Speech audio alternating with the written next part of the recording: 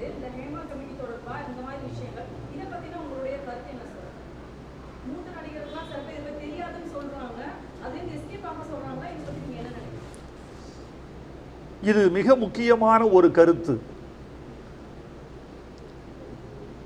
இந்த ஹேமா கமிட்டி என்பது எல்லா மாநிலங்களிலும் முக்கியமான துறைகளில் அமைக்கப்பட வேண்டிய ஓர் அமைப்பு என்று நான் நினைக்கிறேன்.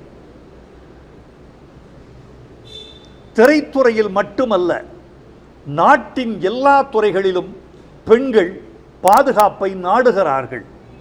பெண்கள் சுரண்டப்படுகிறார்கள்.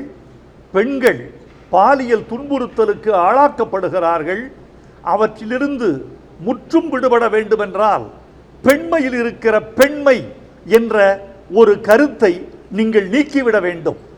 ஆணுக்கு ஆண்மை என்று இருப்பதும் பெண்ணுக்கு பெண்மை என்று பிரிக்கப்படுவதும் நாட்டில் பேதங்களை ஏற்படுத்துகிற மதிப்பீடுகள் என்று கருதுகிறேன். ஆணும் சரிசமம்தான், பெண்ணும் சரிசமம்தான். இதில் யாரும் யாரையும் சீண்டுவது என்பது ஒரு பாலினம் பலவீனமானது என்று காட்டுவதற்கான ஒரு வழியாக இருக்கிறது. பெண்ணினம் பலவீனமான பாலினம் அல்ல. பள்ளி கல்வித்துறைக்கு, இந்திய பள்ளி கல்வித்துறைக்கு ஒரு வார்த்தை, பெண்களுக்கு கூடுதல் பாதுகாப்புக்கான பயிற்சியை கல்வி திட்டத்தில் சேருங்கள்.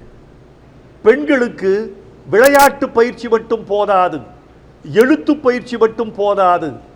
பெண் குழந்தைகளுக்கு தங்களை தாங்களே காத்துக்கொள்கிற உடல் வலிமையை ஊட்டம் செய்ய வேண்டும். அவர்களுக்கு பயிற்சி தர வேண்டும். இது ஒரு புதிய இந்தியாவை எழுதுவதற்கான தொடக்கமாக இந்த ஹேமா கமிட்டியை நான் பார்க்கிறேன்.